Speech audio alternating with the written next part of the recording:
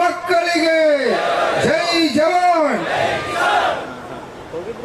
ಮೊದಲನೇದಾಗಿ ಪರಮ ಪೂಜ್ಯ ಡಾಕ್ಟರ್ ಮುರುಘರಾಜೇಂದ್ರ ಮಹಾಸ್ವಾಮಿ ಸ್ವಾಮೀಜಿಗಳು ಸುಕ್ಷೇತ್ರ ಮುಗುಳ್ಕೂಡ ಮತ್ತು ಜಡಗ ಈ ನಾಡ ಕಂಡಿರ್ತಕ್ಕಂಥ ಮತ್ತು ನಮ್ಮೆಲ್ಲರ ಪಾಲಿನ ದೇವರಾಗಿರ್ತಕ್ಕಂಥ ಅಪ್ಪಾಜಿಯವರ ಪಾದಕ್ಕೆ ಹಣಿಮಣಿದು, ಅದೇ ರೀತಿಯಾಗಿ ನಮ್ಮ ಪರಮ ಪೂಜ್ಯರು ಚಂದ್ರಶೇಖರ್ ಶಿವಾಚಾರ್ಯ ಮಹಾಸ್ವಾಮೀಜಿಗಳ ಪಾದಕ್ಕೆ ಕೂಡ ಹಣಿಮಣಿದು, ನಮ್ಮ ರಾಜ್ಯ ಗೌರವಾಧ್ಯಕ್ಷರು ಪರಮ ಪೂಜ್ಯರು ರೈತರ ಪಾಲಿನ ದೇವರಾಗಿರ್ತಕ್ಕಂಥ ಶಶಿಕಾಂತ್ ಗುರೂಜಿ ಅವರ ಪಾದಕ್ಕೆ ಕೂಡ ಹಣಿಮಣಿದು, ಮಾತೋಶ್ರೀ ಸುವರ್ಣ ತಾಯಿ ಅವರ ಕೂಡ ಪಾದಕ್ಕೆ ಹಣಿಮಣಿದು, ನಮ್ಮ ಯಾಸಿನ್ ಮುಲ್ಲಾ ಗುರುಗಳಿಗೂ ಕೂಡ ಪಾದಕ್ಕೆ ಹಣಿಮಣಿದು, ವೇದಿಕೆ ಮೇಲೆ ಇರ್ತಕ್ಕಂಥ ನನ್ನ ರಾಜ್ಯ ಕಾರ್ಯಾಧ್ಯಕ್ಷರಾಗಿರ್ತಕ್ಕಂಥ ಪ್ರಧಾನ ಕಾರ್ಯದರ್ಶಿ ಅವರ ರಾಹುಲ್ ಅವರೇ, ಶಾಂತ್ ಗೌಡ್ರೆ ಮತ್ತು ನಮ್ಮ ರಾಯಚೂರಿನ ಶರಣಪ್ಪ ಮರಳಿ ಅವರೇ, ಪ್ರೇಮ್ ಚೌಗಲ ಅವರೇ, ವೇದಿಕೆ ಮೇಲೆ ಇರ್ತಕ್ಕಂಥ ಎಲ್ಲ ಜಿಲ್ಲೆಯ ಅಧ್ಯಕ್ಷರೇ, ಎಲ್ಲ ತಾಲೂಕಾ ಅಧ್ಯಕ್ಷರೇ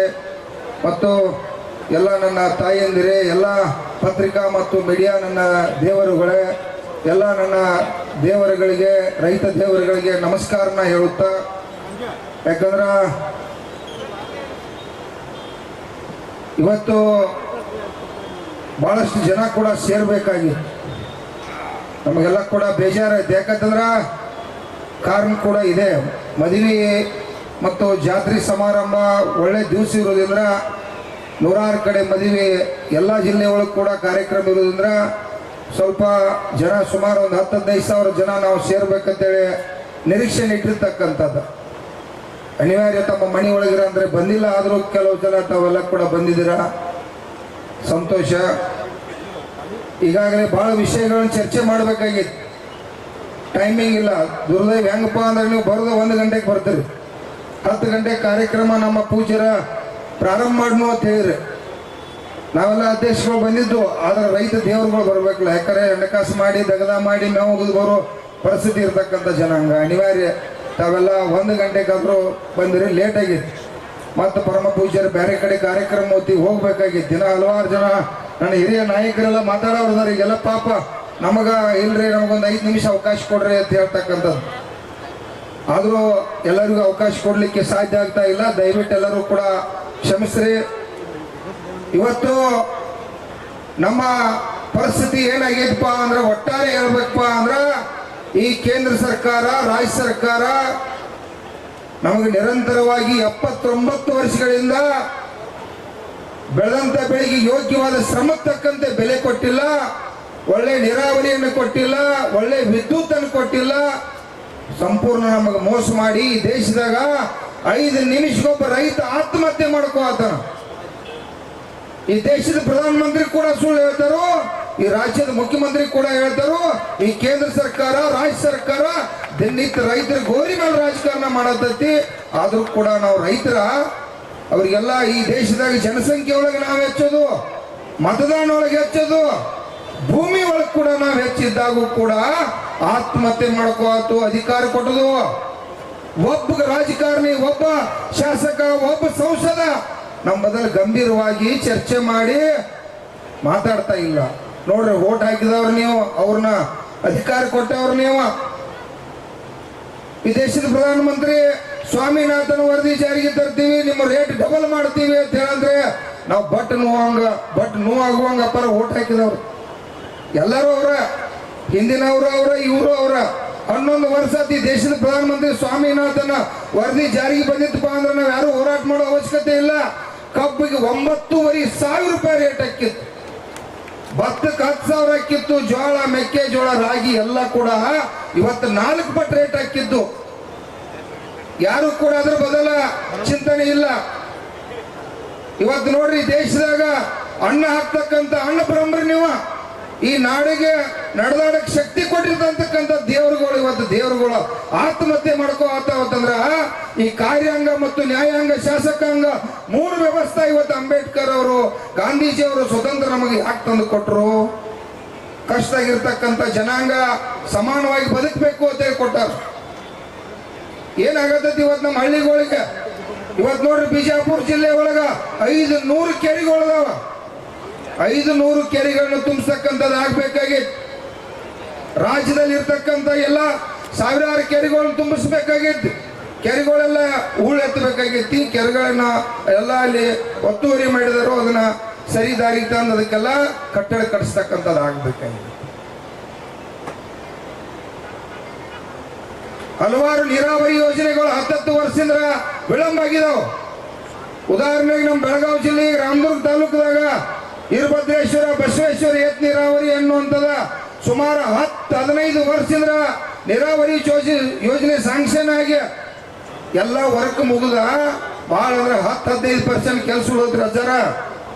10 ವರ್ಷದಿಂದ ಲಕ್ಷಾಂತರ ರೈತರಲ್ಲಿ 70 ಹಳ್ಳಿ 1.5 ಲಕ್ಷ ರೈತರು, ಸಾಕಷ್ಟು ಜನ ಕುಟುಂಬಗಳು ಬೀದಿಗೆ ಬರತ್ತದ. ಅಲ್ಲಿದಷ್ಟೇ ಅಲ್ಲ, ಇಡೀ ರಾಜ್ಯವ್ಯಾಪಿ ಕೂಡ ಈ ರೀತಿ ಸಮಸ್ಯೆ ಇದ್ದಿದೆ. 25ನೇ ತಾರೀಕು ಅಲ್ಲೂ ಕೂಡ ನಮ್ಮ ಪರಮ ಪೂಜ್ಯರ ಎಲ್ಲರ ಆಶೀರ್ವಾದದಿಂದ ಶಶಿಕಾಂತ್ ಗುರೂಜಿ ಮತ್ತು ರೈತೇವರ ನೇತೃತ್ವದಾಗ ರಾಷ್ಟ್ರೀಯ ರಾಜ್ಯ ಹೆದ್ದಾರಿಯನ್ನು ಬಂದ್ ಮಾಡಿ 20 ತಾರೀಕು ಕೂಡ ಅಲ್ಲಿ ಪ್ರತಿಭಟನೆಯನ್ನು ರಾಮದುರ್ಗದಾಗ ಮಾಡೋದು. ಅಲ್ಲಿ ಅಷ್ಟೇ ಅಂತಲ್ಲ, ಈಗಾಗಲೇ ನಮ್ಮ ರಾಯಬಾಗ, ಕಾರವಾರ ಜಿಲ್ಲೆ ಹಳ್ಯಾಳ, ಹುಕ್ಕೇರಿ, ಚಿಕ್ಕೋಡಿ ಆ ಭಾಗದಾಗ ಕೂಡ ನೀರಾವರಿ ಯೋಜನೆ 10 ವರ್ಷ ವಿಳಂಬ ಆಗಿದ್ದು. ಪರಮ ಪೂಜ್ಯರ ನೇತೃತ್ವ ಎಲ್ಲ ಮುಖಂಡರ ನೇತೃತ್ವ ಹೋರಾಟ ಮಾಡಿದವೆಲ್ಲ ಕೂಡ ಪ್ರಾರಂಭ ಆಗಿರ್ತಕ್ಕಂಥದ್ದು. ಹಂಗಾರೆ ಈ ಶಾಸಕರು ಏನ್ ಮಾಡತ್ತಾರೋ, ಇವ್ರನ್ನೇ ದನ ಕಾಯಕ್ಕೆ ಹಚ್ಕೊಟ್ಟಿಲ್ಲ. ಅಲ್ಲಿ ನಾವು ದನ ಕಾದ ಕಣ್ಣಕಾಸು ಮಾಡಿ ರಕ್ತ ಬೆವರ ಸುರಿಸಿ ನಾಡಿಗೆ ಅನ್ನ ಹಾಕಿ ಟ್ಯಾಕ್ಸ್ ಕಟ್ಟಿ ನಾವು ಕೆಲಸ ಮಾಡ್ರು ಅಂತೇಳಿ ಅವ್ರನ್ನ ಅಲ್ಲಿ ಪಾರ್ಲಿಮೆಂಟ್ಕ ಇಲ್ಲಿ ಹಚ್ಕೊಟ್ರ. ಅವ್ರು ಏನ್ ಮಾಡತ್ತಾರ, ಏನ್ ಮಾಡತ್ತಾರೋ, ಬರೇ ಜಾತಿ, ಹಿಂದುತ್ವ, ಆದ ಈದ ಇಂಥವನ್ನ ತಲೆ ಕೆಡ್ಸತ್ತಾರ. ಏನ್ ಮಾಡುದ, ಹಿಂದೂಗಳಿಗೆ ಕಬ್ಬಿನ ಬಾಕಿ ಕೊಟ್ಟಿಲ್ಲ. 3,000 ಕೋಟಿ ರೂಪಾಯಿ ಇವತ್ತು ಕಬ್ಬಿನ ಬಾಕಿ 4 ತಿಂಗಳಿಂದ್ರ ಇವ್ರು ದೊಡ್ಡ ದೊಡ್ಡ ರಾಜಕಾರಣಿಗಳು ಅದಾರ. ಲಕ್ಷ ಕೋಟಿ ರೂಪಾಯಿ ಆಸ್ತಿ ಅದ ಇವರಿಗೆ. ಇಲ್ಲೊಂದು 100 ಕೋಟಿ 200 ಕೋಟಿ ರೂಪಾಯಿ ರೈತರ ಬಾಕಿ ಇಟ್ಟುಕೊಂಡ ರೈತರ ಗೋರಿ ಮೇಲೆ ರಾಜಕಾರಣ ಮಾಡ್ತಾರಂತಂದ್ರ ಎಂತ ತಲೀಡಕರದಾರು. ಈ ರಾಜ್ಯದ ಮುಖ್ಯಮಂತ್ರಿ ಏನ್ ಮಾಡತ್ತೀರಿ ನೋಡ್ರಿ. ಮಾನ್ಯ FRP ತಪಾಜಿ FRP ಅಂತೇಳಿ ಕೇಂದ್ರ ಸರ್ಕಾರ ನರೇಂದ್ರ ಮೋದಿ ಸಾಹೇಬ್ರ ನಮಗೆ ಮೊದಲು 3,555 ರೂಪಾಯಿ ಇತ್ತು. ಏನು ಇದು ಕಟಾವು ಸಾಗಾಣಿಕೆ ಒಳಗೊಂಡ್ರೆ ಈಗ ಅದನ್ನ ಏನ್ ಮಾಡ್ರು, 3,555 ರೂಪಾಯಿ 65 ರೂಪಾಯಿ ಮಾಡ್ರಿ. ಬಹಳ ಅಂತಂದ್ರೆ ಒಂದು ಕ್ವಿಂಟಲ್ಗೆ ಒಂದು 100 ರೂಪಾಯಿ ಹೆಚ್ಚು ಮಾಡ್ರಿ. ಇವತ್ತು ಪ್ರಹ್ಲಾದ್ ಜೋಶಿ ಸಾಹೇಬ 1 ಲಕ್ಷ ಕೋಟಿ ರೂಪಾಯಿ ಈ ದೇಶಕ್ಕೆ ಆದಾಯ ಏನ್ ಮಾಡ್ತಾನ. ಎಂತ ತಲೆ ಹಿಡ್ಕಪ್ಪ ನೀನ. 1 ಲಕ್ಷ ಕೋಟಿ. ಇಲ್ಲಿ ನಮ್ಮ ಬಾಂಗ್ಲ ಕರ್ನಾಟಕ 500 ಕೋಟಿ ರೂಪಾಯಿ. ಅದ್ರೊಳಗ 3,665 ರೂಪಾಯಿದಾಗ 900 ರೂಪಾಯಿ HNT ಕಟ್ಟಕ್ಕಿದ್ರಿ. 900 ರೂಪಾಯಿ HNT ಕಟ್ಟಾರ. 2,750 ರೂಪಾಯಿ ಹಣ ಉಳಿತ. ಇವ್ರನ್ನ ಈ FRP ಎಂದೂ ಕೂಡ ನಾವು ಒಪ್ಪಿಲ್ಲ. ಅದನ್ನು ಹೊರತುಪಡಿಸಿ ನಿಮ್ಮ ಪರಮ ಪೂಜ್ಯರ ನೇತೃತ್ವದಾಗ ಹೋರಾಟ ಮಾಡಿ 500 ರೂಪಾಯಿ FRP ಹೊರತುಪಡಿಸಿ ಗುರ್ಲಾಪುರದಾಗ ಕಬ್ಬಿನ ಬಿಲ್ ತಗೋತಕ್ಕಂಥದ್ದಾಗಿತ್ತು. ಇವ್ರು ಕಾನೂನು ಹೇಳ್ತಾರೆ FRP. ಇವ್ರು FRP ಪ್ರಕಾರ ಹೋದ್ರ ನಾವು ರೈತರೆಲ್ಲ ಆತ್ಮಹತ್ಯೆ ಮಾಡ್ಕೋಬೇಕಾಗತ್ತೆ. ಈ ದೇಶದ ಪ್ರಧಾನಮಂತ್ರಿಗೆ ಅದು ಭಯ ಇಲ್ಲ, IAS ಅಧಿಕಾರಿಗಳಿಗೆ ಭಯ ಇಲ್ಲ. CSCT ವರದಿ 1 ಟನ್ ಕಬ್ಬು ಬೆಳಕ 4,500 ರೂಪಾಯಿ ಖರ್ಚು ಬರ್ತದೆ ಅಂತೇಳಿ ಗೌರ್ಮೆಂಟ್ CSCT ವರದಿ ಕೊಡ್ತಾರೆ. ಖರ್ಚು ವೆಚ್ಚದ ಹೆಂಗ 3,665 ರೂಪಾಯಿ ಘೋಷಣೆ ಮಾಡ್ತಾರಂತಂದ್ರ ವಿಚಾರ ಮಾಡ್ಬೇಕಾಗಿತ್ತು ನೀವು ಕೂಡ. ಈ ಸಲ 3,655 ರೂಪಾಯಿ ಇದೆ ತಿಳ್ಕೊಕ್ ಹೋಗ್ಬೇಡ್ರಿ. ಅದ್ರೊಳಗ 900 ರೂಪಾಯಿ HNT ಕಟ್ಟಕತ್ತೆ. ಅದು 10.25 ರಿಕವರಿಗೆ. ಮೊದಲು 9.5 ರಿಕವರಿ ಇತ್ತು. 9.5 ರಿಕವರಿಯನ್ನ 10 ವರ್ಷದಿಂದ ಈ ದೇಶದ ಪ್ರಧಾನಮಂತ್ರಿ ಕೇಂದ್ರ ಸರ್ಕಾರ 10.25 ಮಾಡಿ 75% ರಿಕವರಿ ಒಳಗೆ ಮೋಸ ಮಾಡಿ 10 ವರ್ಷದ ರೇಟ್ ಇಲ್ಲಿವರೆಗೆ ಹೆಚ್ಚು ಮಾಡಿರ್ತಕ್ಕಂಥದ್ದು.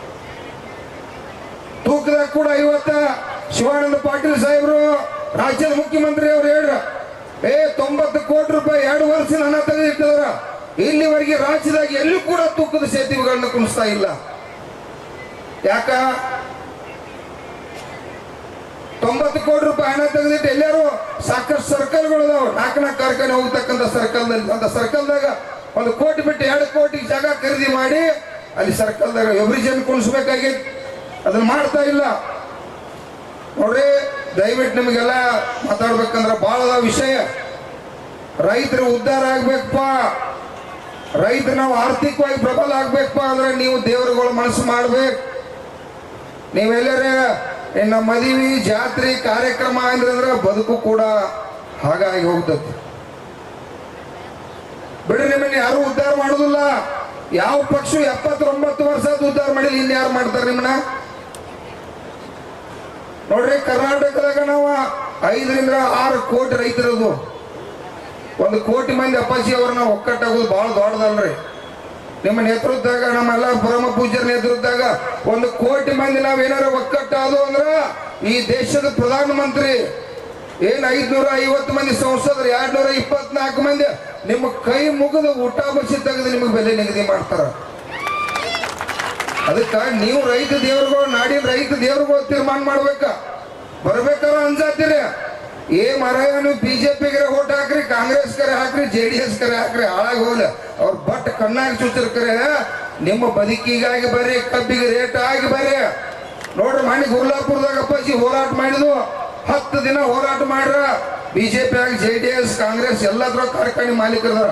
5 ರೂಪಾಯಿ ಘೋಷಣೆ ಮಾಡ್ಲಿಲ್ಲ. ತಾವೆಲ್ಲ ನಾಡಿನ ಪರಮ ಪೂಜ್ಯರು ಬಂದ ರೈತರ ಪಾಪ ಬೀದಿ ಒಳಗೆ ಕೂತಾರ ಅಂತೇಳಿ ತಾವೆಲ್ಲ ನೇತೃತ್ವ ಹೋರಾಟ ಮಾಡ್ರಿ. ಅವ್ರ ನಾವು ಓಟ್ ಹಾಕಿದ್ವಿ. ಅವ್ರಿಗೆ 5 ರೂಪಾಯಿ ಮಾಡುವಂತ ಯೋಗ್ಯತೆ ಇಲ್ರಿ. ಅವ್ರಿಗೆಲ್ಲ ಒಕ್ಕಟ್ಟಾದ್ರ, ಅವ್ರ ಒಕ್ಕಟ್ಟಾದ್ರಲ್ರಿ. 100 ಸಲ ಮೀಟಿಂಗ್ ಮಾಡ್ರಿ. ಅವ್ರ 70-80 ಮಂದಿ ಅವ್ರ ಒಕ್ಕಟ್ಟಾಗಿ ನಿರ್ಣಯ ತಗೊಂಡ್ರ. ಅವ್ರೇನಂದ್ರು ಇದು ಬಿಸಿನೆಸ್ ಐತಿ ಅಂದ್ರ, ನಮ್ದು ಕಬ್ಬು ಏನು ಮಾತಂಗಾರ? ಕಬ್ಬು ಏನ್ರಿ ಬಿಸ್ನೆಸ್ ಅಲ್ಲ? 12 ತಿಂಗಳು ರಕ್ತ ಬೆವರ ಸುರಿಸಿ 14 ತಿಂಗಳಿಗೆ ಮಾತ್ರ ಬಿಲ್ ತಗೋಬೇಕಂತಂದ್ರ ನಾವು ಕೂಡ ಒಕ್ಕಟ್ಟಾಗ್ಬೇಕು. ಕಬ್ಬು ಒಂದ ಅಂತಲ್ಲ, ಭತ್ತ, ರಾಗಿ, ತೊಗರಿ, ಕಡ್ಲಿ, ಜೋಳ, ಏನ್ ಇವತ್ತು ದ್ರಾಕ್ಷಿ ಎಲ್ಲ ಬೆಳೆಗಳನ್ನು ಬೆಳೀತು. ಅದಕ್ಕೆ ಯೋಗ್ಯವಾದ ರೇಟ್ ತಗೋಬೇಕು. ಉಳ್ಳಾಗಡ್ಡಿ ನೋಡ್ರಿ, ಉಳ್ಳಾಗಡ್ಡಿ ಎಕರೆಗೆ 1 ಲಕ್ಷ ರೂಪಾಯಿ ಖರ್ಚು ಬರ್ತೈತಿ. ಯಾಕೆ ಬರ್ತೈತಿಲ್ರಿ? ಎಕರೆಗೆ 1 ಲಕ್ಷ ರೂಪಾಯಿ. ಇವತ್ತು 5 ರೂಪಾಯಿ 2 ರೂಪಾಯಿ ಕೆಜಿ ಉಳ್ಳಾಗಡ್ಡಿ ಅಂತಂದ್ರ ಈ ರಾಜ್ಯದ ಮುಖ್ಯಮಂತ್ರಿ ಏನ್ ಮಾಡತ್ತೀರಿ? ಪ್ರಧಾನ ಮಂತ್ರಿ ಏನ್ ಮಾಡತ್ತೀರಿ? ಕೃಷಿ ಮಂತ್ರಿ ಏನ್ ಮಾಡತ್ತೀರಿ? ಏನ್ ಮಾಡತ್ತಾರು? ನಿಮ್ಮ ಗೋರಿ ಮೇಲೆ ರಾಜಕಾರಣ ಮಾಡತ್ತಾರ. ಸಾಯಿಲ್ ಮಕ್ಕಳು ಬಹಳ ಮಂದಿ ಇದಾರತ್ತಾರ ಅವ್ರ. ಅದಕ್ಕೆ ನೀವೆಲ್ಲ ತೀರ್ಮಾನ ಮಾಡ್ರಿ, ಒಕ್ಕಟ್ಟಾಗ್ತಕ್ಕಂಥ ತೀರ್ಮಾನ ಮಾಡ್ಬೇಕು. ನೀವ ಕಾಯಮ್ಮ 10 ವರ್ಷದ್ರೆ ನೀವ ರೈತರು ಬರುದು, ನಿಮ್ ಮುಖ ನಾವು ನೋಡಿದ್ರೆ ಉದ್ಧಾರ ಆಗುದಿಲ್ಲ. ದಿವಸ ನಾವು ಇಲ್ಲಿ ಬಂದಿರತಕ್ಕಂಥ ನನ್ನ ರೈತರು ದೇವರುಗಳು ದಿವಸ 100 ಮಂದಿಗೆ ವಿಚಾರಣೆ ಕೊಡ್ರಿ. ಕೇಂದ್ರ ಸರ್ಕಾರ, ರಾಜ್ಯ ಸರ್ಕಾರ 79 ವರ್ಷದಿಂದ ಏನ್ ಮೋಸ ಮಾಡತೈತಿ? ರೈತ ಕುಲ ಯಾಕೆ ಆತ್ಮಹತ್ಯೆ ಮಾಡ್ಕೋತು? ಯಾಕೆ ಆರ್ಥಿಕವಾಗಿ ಪ್ರಬಲ ಆಗವಲ್ವ ಅಂತೇಳಿ ಪ್ರತಿಯೊಬ್ಬರಿಗೆ ವಿಚಾರ ಕೊಟ್ಟ ಇದು 1000 ಹೋಗಿ 10,000 ಹೋಗಿ ಲಕ್ಷ ಹೋಗಿ ಕೋಟಿ ಆಗುವವರೆಗೂ ಕೂಡ ನಾವು ಜಾಗೃತ ಆಗ್ಬೇಕಾಗೈತಿ. ಅದೇ ರೀತಿಯಾಗಿ ನೋಡ್ರಪ್ಪಾಜಿ, ಈಗ ನಾವೆಲ್ಲ ಬಹಳಷ್ಟು ಮಕ್ಕಳ ಶಾಲೆ ಕಲೀಲಿ ಅಂತೇಳಿ ನಾವು ತಾಯಿ ತಂದೆ ನಾವೆಲ್ಲ ಮಕ್ಕಳನ್ನ ಶಾಲೆ ಕಲಿಸಿದ್ವು. ಶಾಲೆ ಕಲಿಸ್ರ ಮಕ್ಕಳಿಗೆ ನೌಕರಿ ಇಲ್ಲ, ಉದ್ಯೋಗ ಇಲ್ಲ. 2,70,000 ಹುದ್ದೆಗಳು ರಾಜ್ಯದಾಗ ಖಾಲಿ ಇದ್ದು ಎಷ್ಟೋ ವರ್ಷ ಆತ್ರಿ. ಇವತ್ತು ತೋಟಗಾರಿಕೆ ಇಲಾಖೆ ನಮ್ಮ ಪಾಟೀಲ್ ಸರ್ ಬಂದಾರ್ರಿ. ರಾಜ್ಯದಾಗ ಈ ಕೃಷಿ ಇಲಾಖೆ ಮೊದಲು ಊರಿಗೊಬ್ಬ ಗ್ರಾಮ ಸೇವಕ ಇದ್ದಿಲ್ರಿ. ಬಂದ ಭೂಮಿ ಒಳಗೆ ಯಾವ ಬೆಳೆ ಬೆಳಿಬೇಕು, ಯಾವ್ದೇನ ಚೆಕ್ ಮಾಡ್ತಿದ್ದ. ಅವಾಗೆಲ್ಲ ಕೂಡ ನಾವ್ ಹೆಂಗ್ ಬೆಳಿಬೇಕು ಫಲವತ್ತಾಗಿ ತಿಳ್ಕೊತಿದ್ವು. ಇಡೀ ರಾಜ್ಯದಾಗ ಕೂಡಿ 300 ಮಂದಿ ಅಧಿಕಾರಿಗಳದಾರ್ರಿ. 6,000 ಸಿಬ್ಬಂದಿಗಳು ಬೇಕು.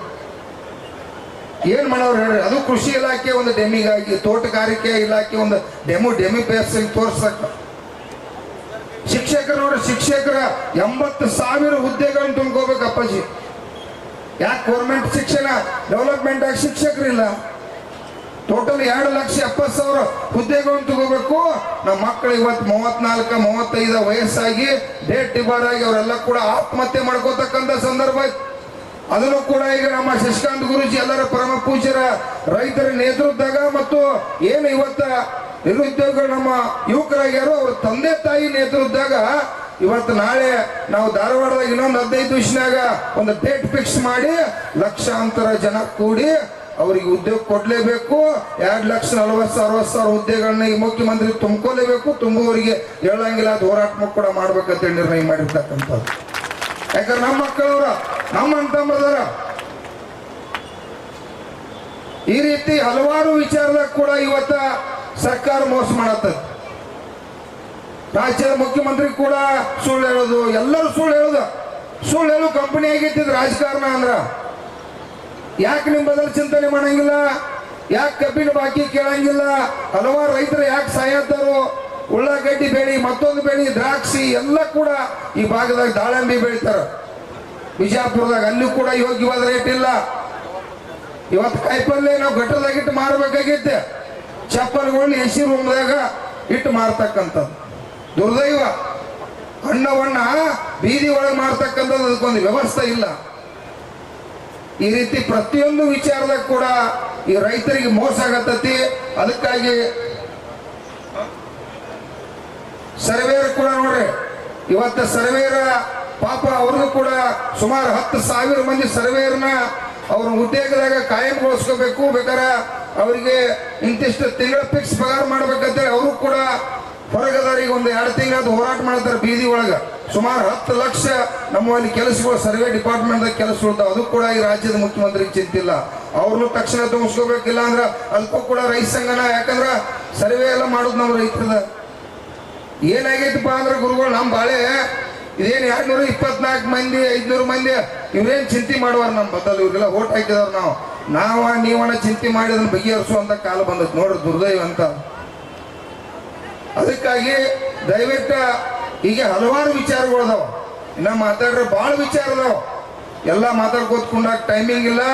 ಇದಕ್ಕೆ ಒಂದೇ ಪರಿಹಾರ ಮಂತ್ರ, ಹೆಂಗ ಓಂ ನಮಃ ಶಿವಾಯ ಅಂತೇಳಿ ನಾವು ದೇವ್ರ ಧ್ಯಾನ ಮಾಡ್ತಿಲ್ಲ, ಇದಕ್ಕೆ ರೈತ ಸಂಘ ಹೆಗಲ ಮೇಲೆ ಇದು ಒಂದು ಶಾಲಾ, ಇದು ಆಟೋಮೆಟಿಕ್ ಕೆಲಸ ಮಾಡ್ತದೆ.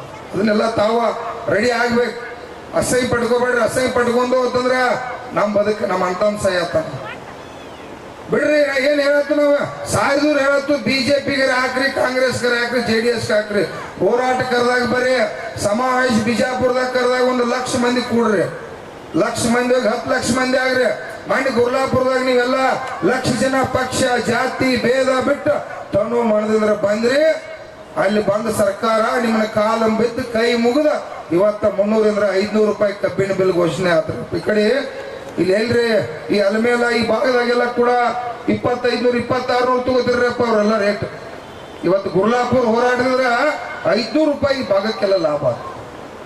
ಹಂಗ ನಾವೆಲ್ಲ ಒಕ್ಕಟ್ಟಿರ್ತಕ್ಕಂಥದ್ರಿಂದ 100ಕ್ಕೆ 100 ಲಾಭ ಆಕತಿ. ಅದಕ್ಕೆ ಎಲ್ಲ ನನ್ನ ರೈತ ದೇವರುಗಳು ತಾವ ದಯವಿಟ್ಟು ಒಕ್ಕಟ್ಟಾಗ್ರಿ. ಇವತ್ತೆಲ್ಲ ತಾಯಂದಿರು ಕೂಡ ಭಾಗವಹಿಸ್ಯಾರ, ಅವ್ರದ್ದು ಕೂಡ ಸಂಖ್ಯೆಯನ್ನ ಹೆಚ್ಚು ಮಾಡಬೇಕು. ಹಳ್ಳಿಗಳೊಳಗೆ ಸಂಘಟನೆ ಕಟ್ರಿ. ಸಂಘಟನೆ ನಿಮ್ಮನ್ನ ಕಾಪಾಡೋದು. ಇಲ್ಲಿವರೆಗೆ ಸಾಲ ಮನ್ನಾ ಆಗೈತಿ, ಸಾಲ ವಸೂಲಿ ಆಯ್ತು ನಿಂತೈತಿ. ಇವತ್ತ ಯಾವ್ದು ಬ್ಯಾಂಕ್ನವ್ರು ಬಂದು ಕಿರುಕುಳ ಕೊಡತ್ತಿಲ್ಪ ಅಂದ್ರೆ ಅದಕ್ಕೆ ರೈತ ಸಂಘ ಕಾರಣ. ವಿದ್ಯುತ್ ನಿಮಗೆ ಉಚಿತವಾಗಿ ಇವತ್ತು 7 ತಾಸು, ಅದು ಹಗಲಿ 12 ತಾಸು ಆಗ್ಬೇಕು. 24 ತಾಸಿನಾಗ TC ಕೊಡ್ಬೇಕಂತ ಹೇಳಿ ಕೇಳುದು ಕೂಡ ರೈತ ಸಂಘ.